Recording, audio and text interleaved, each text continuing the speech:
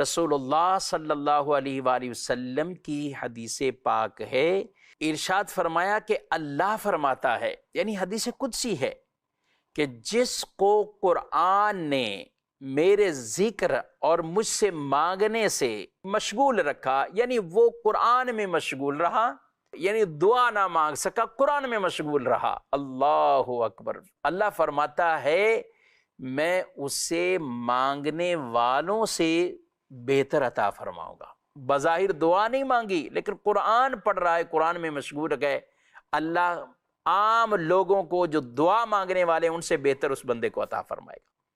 دعا بھی عبادت ہے، ذکر کرنا یہ بھی عبادت ہے، مگر قرآن میں اپنی مشغولیت اللہ بن مانگے دعائیں قبول فرماتا ہے۔ اور اس لیے فرمایا کلام اللہ کی فضیلت دوسرے کلاموں پر وہ ایسے ہی ہے، اللہ فرماتا ہے جیسے اللہ کی فضیلت مخلوق پر ہے۔ رب تبارک و تعالی خالق و مالک، یعنی یوں فضیلت کے اعتبار سے دیکھیں وہ رب ہے، مالک ہے، خالق ہے، وہ پیدا فرمانے والا ہے، وہ کسی کا محتاج نہیں، پوری کائنات سب لوگ اسی کے محتاج ہیں۔